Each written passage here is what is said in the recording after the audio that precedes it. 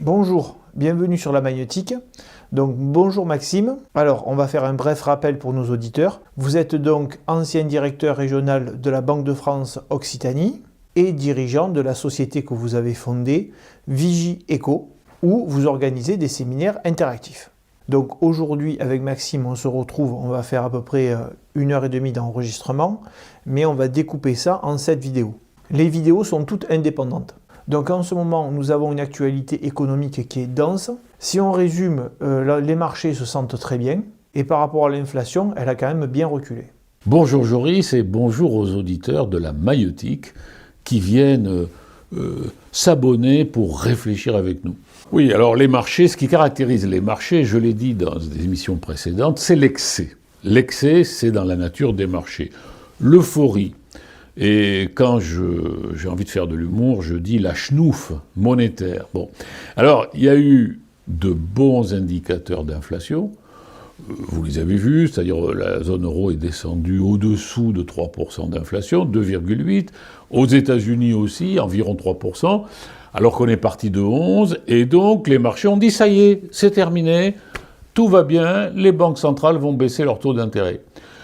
Les banques centrales n'ont jamais dit qu'elles allaient baisser leur taux d'intérêt. Mais les anticipations, alors c'est ce qu'on appelle les anticipations autoréalisatrices, c'est-à-dire ils prennent leurs désirs pour des réalités et leurs désirs se réalisent. Je m'explique. Si on pense que les taux d'intérêt vont baisser, on pense que le cours des obligations va monter, donc on pense qu'ils vont aussi baisser sur les taux des obligations. Donc qu'est-ce qu'on fait ? On achète des obligations à des taux qui sont plus élevés et de fait ça fait monter les cours et ça fait baisser les taux. Et donc c'est les anticipations autoréalisatrices, c'est-à-dire qu'ils ont pensé que les banques centrales au cours de l'année 2024, là nous sommes à la fin 2023 au moment où ces idées ont germé, allaient baisser 4 fois de 0,25, donc ils ont dit tout va baisser, donc j'achète des obligations parce que les taux sont élevés aujourd'hui et ça fait monter les cours, ça fait baisser les taux. Alors la conclusion de tout ça, c'est que les taux d'intérêt à long terme, par exemple sur la dette française, qui étaient à 3,5 il y a encore quelques semaines, aujourd'hui sont à 2,70. Oui, sauf que est-ce que la baisse des taux directeurs de la Banque centrale auront lieu ? Alors, première réponse, je n'en sais rien. Deuxième réponse, je pense que oui, elle aura lieu, mais dans la seconde moitié de 2024, et qu'il est possible d'envisager probablement peut-être 3 baisses de 25 points de base, mais dans la deuxième moitié de l'année. Ça nous amène à l'inflation, et ça nous amène à la manière d'apprécier l'inflation, parce que derrière l'indice d'inflation officiel, qui a réellement baissé, et ce qui est une satisfaction, il faut voir ce qu'on appelle le sous-jacent d'inflation. Le sous-jacent, c'est l'inflation tendancielle, c'est la vraie tendance qu'on ne voit pas, qui est l'indice officiel corrigé de l'alimentation et de l'énergie. Et là, il y a une tendance qu'on peut mesurer par les salaires. Les salaires, c'est très important parce que nous sommes des deux côtés de l'Atlantique, d'ailleurs dans une économie, particulièrement en France, où on manque de main-d'œuvre et où le rapport des forces est en train de passer en faveur des salariés. Et donc, dans un contexte de pénurie de main-d'œuvre, l'augmentation des salaires est encore de 4 à 5% par an.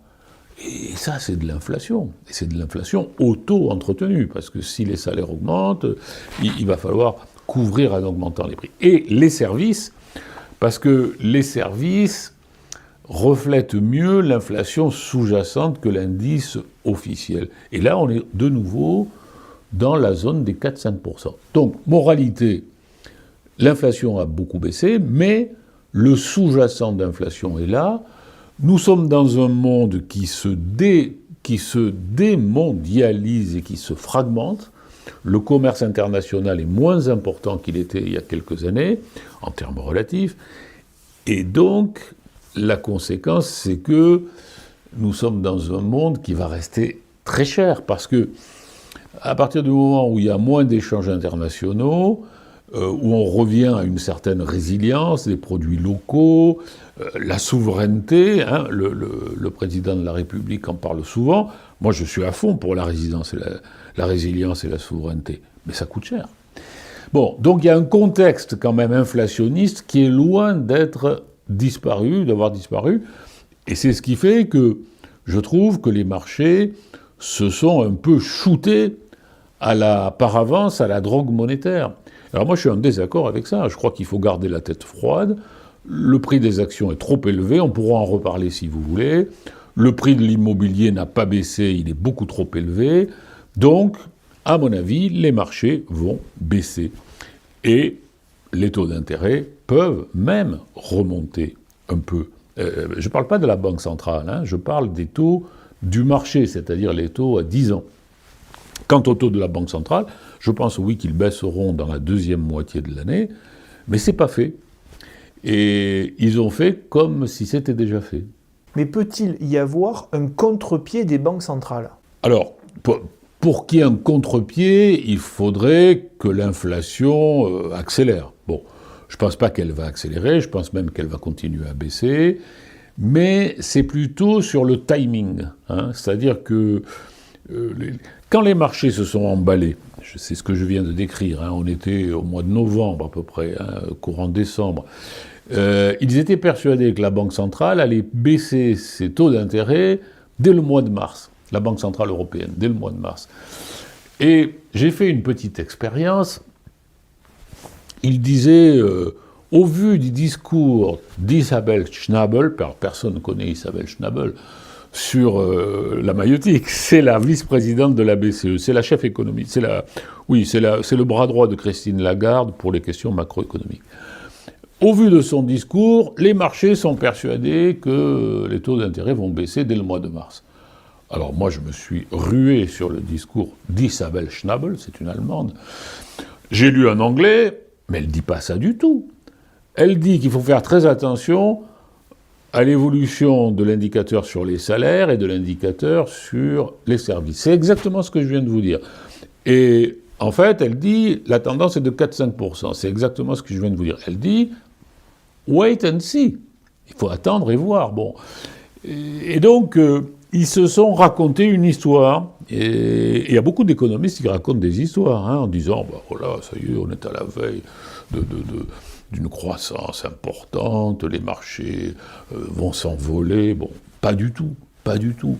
Les prévisions macroéconomiques des organismes internationaux pour l'année 2024 sont les plus faibles depuis 2009. Hein.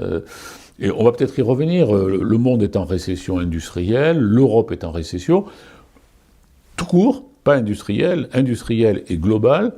Bon, en revanche, le monde est encore au-dessus du seuil de croissance quand on prend en compte les services, mais on est dans une croissance très ralentie, et on va y rester. Autrement dit, et j'espère que les auditeurs de la maïeutique ne m'ont pas trouvé trop long, le mot qui résume tout, c'est stagflation. C'est-à-dire, nous allons avoir encore un peu d'inflation et une tendance à la stagnation économique. Et il y aura peut-être une reprise vers 2025, mais il est prématuré de s'emballer. Donc, avez-vous des chiffres pour que l'on puisse se repérer? On sait que l'immobilier est surévalué et la bourse se porte très bien pour le moment. Oui, bon, alors voilà. Alors, d'abord, dans une précédente émission sur l'immobilier, je crois que c'était notre première émission d'ailleurs, nous avions montré un graphique très intéressant qui montre que les prix de l'immobilier sont surévalués de 37%, de source INSEE et de source Inspection des finances. Et nous avions dit, enfin à la suite d'une question que vous m'aviez posée, que pour autant ils ne vont pas baisser de 37%. Mais aujourd'hui, pourquoi? Parce qu'il y a des forces de rappel, bon, on ne va pas refaire l'émission là aujourd'hui, et on concluait qu'ils pourraient baisser de 15-20%. Et je vois que les spécialistes, alors les vrais spécialistes, disent que pour que le marché, qui est en partie disparu, revienne et s'ajuste, et que les acquéreurs se resolvabilisent compte tenu de la hausse des taux d'intérêt, il faudrait une baisse de 20%. Voilà. Donc moi, ma prévision, Et la bouteille de Gaillac que je parie, avec qui veut parier avec moi, c'est que d'ici un an, les prix de l'immobilier auront baissé de 20%. Parce que là, vraiment, on a tous les indicateurs. Bon, alors, sur la bourse, on a un indicateur qui est l'indicateur de référence, qui est ce qu'on appelle le PER. PER, ça veut dire Price Earning Ratio. C'est le ratio, c'est le rapport entre le cours de l'action et le bénéfice attendu. Bon. Et on a un point de repère de longue période, c'est 12. 12, c'est la moyenne. Aujourd'hui, on est à 20. On est à 20, donc il y a quelque chose qui ne colle pas. Hein.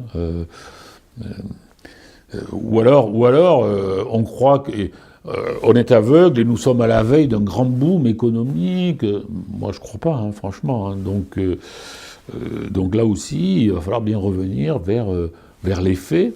Les faits, c'est de revenir vers 12, 13, à rigueur 14. Donc ça fait quand même une baisse significative de la bourse. Merci Maxime, merci et au revoir.